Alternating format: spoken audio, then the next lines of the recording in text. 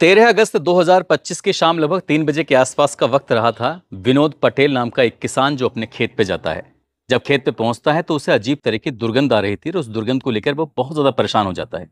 ये देखने की कोशिश कर रहा था कि आखिरकार इतनी दुर्गंध कहाँ से आ रही है। तभी वो पीछा करता करता उस दुर्गंध के अपने खेत के उस कुएं तक पहुंच जाता है और उस कुएं में जब झांक कर देखता है तो 2 बोरियां थीं जो पानी में तैर रही थी। बस उसने इतना देखा और इतना देखने के बाद आसपास के खेतों में काम करने वाले किसानों को भी आवाज लगा देता है। और जैसे ही किसान मौके पर पहुंचते हैं तो आपस में बातचीत करने लगते हैं। वो किसान कहते हैं कि तुम कुछ खुद मत करना, एक काम करो, पुलिस को 112 नंबर पर फोन करके बुला लो। पुलिस ही अपने आप से इस मामले की जांच पड़ताल करेगी कि आखिरकार ये दुर्गंध क्यों आ रही है, क्योंकि इससे पहले कभी ये खाद के कट्टे या खाद की बोरियां देखी नहीं गई थी। अब पुलिस सूचना मिलने पर मौके पर पहुंच जाती है और उन दोनों बोरियों को बाहर निकलवाया जाता है। जैसे ही बोरी बाहर निकल के आती हैं तो पता चलता है कि एक महिला की लाश है और उन दोनों बोरियों के अंदर शव के 4 टुकड़े थे।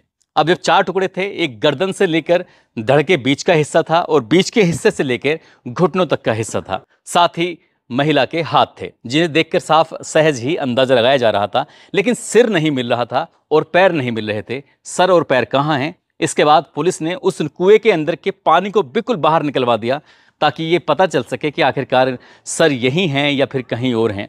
पुलिस ने तमाम कोशिशें कर ली, लेकिन ना सर हाथ लग रहा था और ना ही पैर हाथ लग रहे थे। इसके लिए 18 टीम बनाई जाती हैं। 18 टीम में 50 से ज़्यादा पुलिस वाले होते हैं। उन 50 से ज़्यादा पुलिस वालों ने लगभग आसपास के जितने भी 100 से ज़्यादा गांव थे, गांव गांव घर घर जाकर लोगों से पूछताछ की।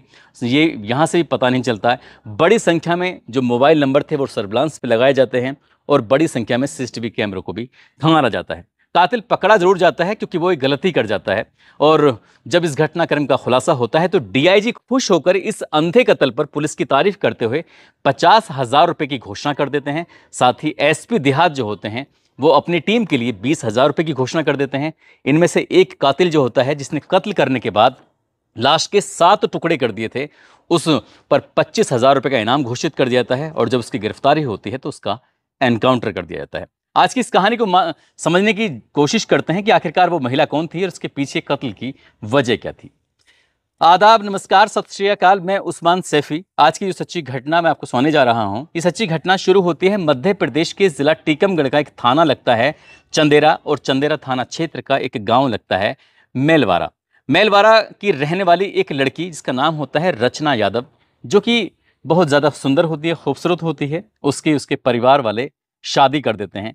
शादी तो हो जाती है, लेकिन उसके पीछे उसका जो पति था वो रोका टोकी कुछ ज़्यादा कर देता, क्योंकि उससे लोग बात भी करते थे। कोई ना कोई उसको देखकर प्रभावित जरूर होता था, बस उसको देखकर प्रभावित होते थे और पति को ये बात अच्छी नहीं लगती थी। धीरे धीरे करके 5 साल का वक्त तो गुजर जाता है, लेकिन पति और पत्नी के बीच में जैसे जैसे वक्त आगे बढ़ रहा था वैसे वैसे मनमुटाव की स्थिति भी पैदा होने लगती है। आखिरकार 2 बच्चे पैदा हो जाते हैं और 2 बच्चे पैदा होने के बावजूद भी पति और पत्नी के बीच में जो आपसी विश्वास था, वो विश्वास बजाय जमने के वो टूटने लगता है। 5 साल तक इनकी शादी ठीक ठाक चलती है। उसके बाद फिर वो एक दूसरे से अलग होने का फैसला कर लेते हैं। रचना यादव अपने ससुराल को छोड़कर, अपने बच्चों को छोड़कर सीधे अपने मायके में पहुंच जाती है। वहीं अपना रहना सहना शुरू कर देती है। अभी कुछ ही वक्त बीता था कि कुछ वक्त बीतने के बाद उत्तर प्रदेश के जिला झांसी का थाना लगता है टोड़ी फतेहपुर और यहाँ का एक गांव लगता है महेबा। दरअसल यहाँ का रहने वाला शिवराज यादव नाम का एक लड़का होता है और इस लड़की यानी कि रचना यादव से इसकी आंखें चार हो जाती हैं। दोनों को प्यार हो जाता है। प्यार के बाद दोनों फैसला करते हैं कि क्यों ना शादी कर लें। शादी कर लेते हैं। उसके बाद फिर जो भी एक तरीका होता है, उसने अपनी पुरानी जिंदगी के बारे में पुराने पन्ने खोल कर रख दिए थे कि मेरे पति से कुछ इस तरह का विवाद था। शिवराज ने कहा मुझे कोई दिक्कत नहीं, कोई परेशानी नहीं। साल 2023 जब आता है तो साल 2023 की ये बात है। शिवराज यादव का बड़ा भाई होता है और ऐसा बताया जाता है कि रचना यादव की उस पर गलत नजर थी या रचना यादव ने उस पर कोई आरोप लगाया था। कुल मिलाकर वो नज़दीकी पुलिस स्टेशन जाती है और नज़दीकी पुलिस स्टेशन जाने के बाद कहती है कि साहब, मेरे जेठ ने मेरा रेप किया है और जब मैंने उसका विरोध किया तो उसने मुझे जान से मारने की कोशिश की है और इस पूरे खेल में मेरा पति यानी कि शिवराज यादव भी बिल्कुल साथ था। पुलिस इस मामले में एफआईआर दर्ज कर लेती है। बात बहुत ज़्यादा चर्चित हो जाती है। बात गांव के एक्स प्रधान संजय के पास भी पहुंच जाती है। संजय जब इस मामले की बात सुन रहा था, क्योंकि उसका थाने में आना जाना सब चलता रहता था, गांव में बहुत ही प्रभावशाली ये व्यक्ति होता है संजय पटेल। संजय पटेल की रचना यादव से जब आमना सामना होता है, वो खुद पूछता है कि रचना यादव क्या हुआ है तुम्हारे साथ, हम भी जानना चाहते हैं, और जो भी तुम्हें कोई दिक्कत कोई परेशानी हो तो हमें बताइएगा। अब रचना यादव ने अपने दिल की जो बातें थी वो उस एक्स प्रधान से भी बताई, और एक्स प्रधान का प्रभाव इतना था कि वर्तमान में जो प्रधान होता है वो प्रधान भी इस एक्स प्रधान की बदौलत ही बना था। ये कह सकते हैं कि भले ही चाहे वो एक्स प्रधान था, लेकिन गांव की प्रधानी जो चल रही थी वो संजय पटेल की वजह से ही चल रही थी। आखिरकार एफआईआर दर्ज होती है। एफआईआर दर्ज होने के बाद मामला कोर्ट पहुंच जाता है। ये गरोठा के कोर्ट में मामला विचाराधीन था। अब प्रधान जी ने इतनी ज्यादा बात आगे बढ़ा दी, क्योंकि उन्हें वो महिला यानी कि रचना यादव इतनी ज़्यादा पसंद आ जाती है कि उसके साथ वो आना जाना शुरू कर देते हैं, और उसकी पैरवी खुद कर रहे थे। उसने कहा कि प्रधान जी खुद उससे कहते हैं कि तुम्हें घबराने की परेशान होने की ज़रूरत नहीं है, पैसा चाहे कितना भी खर्च हो जाए लेकिन हम तुम्हारी बात को ख़राब नहीं होने देने के। ये बात कब उनकी बहुत नज़दीक पहुंच जाती है पता ही नहीं चलता है। उनकी पहले दोस्ती होती है, फिर प्यार हो जाता है, और प्यार भी कुछ इस कदर हो जाता है कि पहले तो उसका रुकने का इंतजाम किया जाता है झांसी के अंदर, ताकि रुकने आने जाने में कोई दिक्कत ना हो, कोई उसके साथ आने में कोई परेशानी ना हो। बाद में उसे गुरसराय एक जगह लगती है झांसी में ही, उसको वहां पर रुकने का उसका इंतजाम कर दिया जाता है। अब प्रधान जी जब मन करता था उसके पास आते थे, जब मन करता था जाते थे। हालांकि ये बात उनकी पत्नी को पता चल जाती है, दो बेटे भी होते हैं, लेकिन पत्नी को तो किसी तरकीब से शांत कर दिया, समझा दिया, बुझा दिया। लेकिन यहाँ पर इसके जो था उनका लगातार परवान चढ़ रहा था, और ऐसे ही करते करते वक्त आगे जब बढ़ने लगता है, 2 साल बीत जाते हैं। जून 2025 की ये बात है। एक दिन खबर मिलती है कि जो रचना का पति है, जिससे क्या विवाद चल रहा है, कोर्ट में मामला चल रहा है विचाराधीन, जिसका नाम है शिवराज यादव, दरअसल उसकी मौत हो जाती है। जैसे ही उसकी मौत होती है तो ये महिला अब प्रधान जी से कहती है, प्रधान जी अब मुझ पे अकेला नहीं रहा जाता, मैं तुम्हारे साथ रहूंगी, जो भी हो अब तुम मुझसे शादी कर लो। बात जब शादी की आती है तो कहता है कि मैं तुमसे प्यार तो बेइंतहा करता हूं, लेकिन शादी नहीं करना चाहता, शादी मैं कर नहीं पाऊंगा, इसलिए जैसा चल रहा है इसको वैसे ही चलने दो। लेकिन जैसे ही पति की मौत होती है, अब कहीं ना कहीं उसके मन में यह था कि मैं इस तरह से रखेल बन के तो रहना बिल्कुल नहीं चाहती, शादी करके रहना चाहती हूँ। लेकिन उधर वो शादीशुदा होता है, एक जो बेटे होते हैं, बेटों में एक बेटा 21 साल का उसका प्रधान का होता है। आखिरकार ऐसे वक्त चल रहा था। ये तारीख है 6 अगस्त 2025 की। इस महिला को यानी कि रचना यादव को पीरियड था, और पीरियड की वजह से उसको ज़्यादा ब्लीडिंग हो रही थी। जब ज़्यादा ब्लड बह रहा था तो उसने प्रधान जी को कहा कि प्रधान जी आज ज़्यादा दिक्कत हो रही है, परेशानी हो रही है। वो पूछते हैं क्या दिक्कत है, उसको कहती है कि मुझे ज़्यादा ही ब्लड बह रहा है। कहते हैं बिल्कुल परेशान होने की ज़रूरत नहीं है, मैं तत्काल एकदम से तुम्हारे पास आता हूँ। उस महिला यानी कि रचना यादव को प्रधान जी लेके पहुंच जाते हैं सीधा हॉस्पिटल, और प्राइवेट हॉस्पिटल में उसको एडमिट करा देते हैं। डॉक्टर कहती हैं कि इसको एडमिट कराना पड़ेगा, क्योंकि बिना एडमिट कराए बात बनेगी नहीं। आखिरकार एडमिट करा दिया जाता है, और 2 दिन लगातार इलाज चलता है। 8 अगस्त 2025 को हॉस्पिटल से छुट्टी होने वाली थी। अब जैसे डिस्चार्ज कराने का नंबर आता है तो एक्स प्रधान जी संजय पटेल जी वहां जाते हैं। जाने के बाद बातचीत करते हैं। वो महिला कहती है कि घर तो किसी कीमत पर नहीं जाऊंगी, यहां से जाऊंगी तो सीधा कोर्ट जाऊंगी, तुम्हारे साथ शादी करनी है, अब बाकी की जिंदगी सब तुम्हारे साथ ही बितानी है। प्रधान जी कहते हैं समझने की कोशिश क्यों नहीं करती हो। वो आंसर पार्टी पकड़ के बैठ जाती है, यानी कि वो उस बेड को पकड़ कर बैठ जाती है। कहती है कि जब तक शादी के लिए हाँ नहीं करोगे तब तक यहां से नहीं जाऊंगी। आखिरकार प्रधान जी को वापस जाना पड़ता है, और एक दिन एक्स्ट्रा वो हॉस्पिटल में एडमिट रहती है। अब इतना परेशान हो जाता है प्रधान कि सीधा अपने भतीजे से बात करता है। जो इसका भतीजा है, नाम उसका संदीप पटेल है, जो कि झांसी के बिजोली में रहता है। उससे जाकर कहता है कि मैं बहुत ज़्यादा परेशान हूँ, दुखी हूँ, बेटा करूँ तो क्या करूँ। अब चचा और भतीजे दोनों आपस में बातचीत कर रहे थे। भतीजा कहता है कि टेंशन क्यों लेते हो, तुम्हारा भतीजा जिंदाबाद। वो पूरी कहानी बताता है कि पिछले 2 साल में लगभग 20 लाख रुपए मैं दे चुका हूं इस औरत को, लेकिन जिद पर अड़ी हुई है कि शादी करनी है।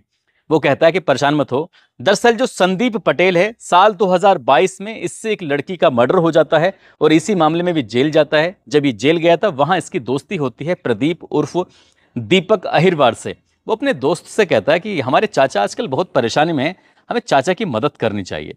अब जैसी बात आती है मदद करने की, कहते हैं कि कोई बात नहीं, देखा जाएगा। ये प्लानिंग करते हैं। अब चचा के साथ भतीजा अपनी कार लेके पहुंच जाता है हॉस्पिटल में 9 अगस्त 2025 को। वहां जाने के बाद उसको डिस्चार्ज कराते हैं। वो कहती है कि मुझे यहां से जैसे डिस्चार्ज होंगी सीधा कोर्ट जाना है, शादी करनी है, अगर शादी करनी है तो ठीक है, नहीं तो फिर यहीं पड़ जाऊंगी। उससे हाथ पैर जोड़ता है, कहता है कि महाराज आज नहीं, एक काम करो, हम कल चलेंगे, यानी कि 10 अगस्त को चलेंगे, आज नहीं। जब ये बात कही जाती है तो आखिरकार रचना यादव तैयार हो जाती है। अब चचा भतीजे उसे अपने साथ लेके जब जाने लगते हैं तो भतीजा गाड़ी चला रहा था, और रचना यादव पीछे बैठी थी। प्रधान जी भी उसके एकदम बगल में बैठ जाते हैं, उससे प्यार का इजहार कर रहे थे और कह रहे थे कि बिल्कुल परेशान होने की जरूरत नहीं है, वैसे भी 2-3 दिन तुम हॉस्पिटल में एडमिट रही हो, दिमाग वैसे ही खराब हो गया होगा, आओ चलो कहीं सैर सपाटा करने के लिए चलते हैं, घूमने के लिए चलते हैं। जहां हॉस्पिटल था वहां से लगभग 70 किलोमीटर दूर एक लहचूरा एक बांध लगता है, वो उधर चलने लगते हैं। जब उधर जा रहे थे रास्ते में कस्बा पड़ता है, और जब कस्बा पड़ता है तो रास्ते में एक उन्हें शराब की दुकान दिखाई दे जाती है। प्रधान जी कहते हैं कि यार बहुत मैं तकलीफ में हूँ, टेंशन में हूँ, क्यों ना यार शराब पी जाए। अब शराब पी वाली बात आती है तो जो दोस्त होता है इसका संदीप का, प्रदीप, वो भी रास्ते मिल जाता है। आखिरकार शराब ली जाती है, बैठ के तसल्ली से शराब पीते हैं। वक्त को जाया कर रहे थे, खराब कर रहे थे, यानी कि दिन का वो चले हुए थे और दिन होते होते कब शाम हो जाती है और शाम होते होते कब रात होने लगती है, पता ही नहीं चलता। रचना यादव कहती है कि बहुत ज़्यादा शराब पी ली है, घर चलते हैं, अब एक काम करो, ज़्यादा रात हो रही है। अब ऐसे करते करते ये सीधा पहुंच जाते हैं लहचूरा के बिल्कुल बांध के एकदम करीब पहुंच जाते हैं। इसी बीच में शराब के नशे में प्रदीप एकदम गुस्से में आता है और कहता है कि रचना यादव से कि देख रचना, सीधे सीधे साफ साफ कह रहा हूं, प्रधान जी तो सब बिल्कुल भी ब्याह ना करने के हैं, इसलिए ज्यादा टेंशन लेने की बिल्कुल भी जरूरत ना है। कुछ इसी अंदाज में जब प्रदीप ने ये बात कही तो रचना यादव को बहुत ज्यादा गुस्सा आ जाता है। कहते हैं कि तुम्हारी हिम्मत कैसे हुई, तुम होते कौन हो ये बात कहने वाले कि प्रधान जी मुझसे शादी करेंगे नहीं करेंगे। वो कहता है कि मैं जो कह रहा हूं बिल्कुल सही कह रहा हूं। क्यों प्रधान जी, हम जो कह रहे हैं बात सही है या गलत है? अब प्रधान जी की सपोर्ट में भतीजा है और भतीजे का दोस्त प्रदीप है, तभी प्रधान जी कह देते हैं कि हाँ ये बिल्कुल सही कह रहे हैं। जैसे ये बात रचना सुनती है तो रचना को बिल्कुल भी यकीन नहीं आ रहा था। रचना कहती है कि चलो ठीक है चलते हैं, और जब जाएंगे ना तो उसके बाद फिर जो आगे होगा उसकी तुमने शायद कभी कल्पना भी नहीं की थी। जब ऐसा कुछ होता है तो कहा सुनी हो जाती है। प्रधान जी को गुस्सा आ जाता है। प्रधान जी ने उसका गला तब तक दबाया जब तक कि उसके प्राण नहीं निकल गए। हालांकि उसने छटपटाने की कोशिश की तो भतीजे ने हाथ पैर पकड़ लिए, और जो साथी जो था उसका दोस्त, उसने भी हाथ पैर पकड़ लिए। कुल मिलाकर उस महिला को छटपटाने का ठीक से मौका भी नहीं मिल पाया, न चीखने का मौका मिला, न चिल्लाने का मौका मिला, और उसकी दम निकल जाता है, वो मर जाती है। रात ज़्यादा हो जाती है। उन्होंने प्लान बनाया कि क्यों ना इस महिला को बहुत सारा वजन इसके साथ बांध दिया जाएगा, और बांधने के बाद जो ये लहचूरा बांध है दरअसल इसमें फेंक देते हैं, लाश पड़ी रहेगी, वजन के मारे कभी उठ के ऊपर आएगी नहीं, और यहां से जब इसकी लाश ही नहीं मिलेगी तो हम कभी पकड़े भी नहीं जाएंगे। कुछ इसी तरह की प्लानिंग थी। उन्होंने सारा इंतजाम कर लिया, पत्थर का इंतजाम किया, ईंटों का इंतजाम किया, बांधने का इंतजाम किया, सब कुछ इंतजाम कर लिया था। और जैसे ही उस लाश को इस लहचूरा बांध पर फेंकने वाले थे, अचानक से कहीं से प्रकट हो जाती है 112 नंबर की गाड़ी। जैसे 112 नंबर की गाड़ी प्रकट हो जाती है, उसके जो एक तो रात में लाइट बहुत दूर भी होती है तो ऐसा लगता है एकदम बहुत करीब में है। तब ये तीनों बहुत ज्यादा डर जाते हैं, घबरा जाते हैं, कहते हैं कि पुलिस को अगर इस बात का पता चल गया तो मामला खराब हो जाएगा, इसलिए यहां से निकल जाते हैं। इससे पहले कि पुलिस उनके पास तक पहुंचती वो वहां से निकल जाते हैं और यहां से फिर पहुंच जाते हैं लखेरी बांध पर। लखेरी बांध जो होती है, जब वहां पहुंचते हैं तो यहां भी यही काम करने वाले थे, लेकिन इसी बीच में कहीं से गार्ड प्रकट हो जाता है। प्रकट होता है, भैया में तुम या बांध पे क्या कर रहे हो, सब कुछ खैरियत तो है, कोई दिक्कत परेशानी तो नहीं है? जब गार्ड ने इस तरह की बात कही तो उन्होंने लगा कि शायद यहाँ भी बात खुल जाएगी, चलो यहाँ से चलते हैं। अब यहाँ से सीधा पहुंच जाते हैं वो खजूरी नदी पर। खजूरी नदी पर जैसे ही पहुंचते हैं तो वहां पहले से ही गार्ड खड़ा हुआ था।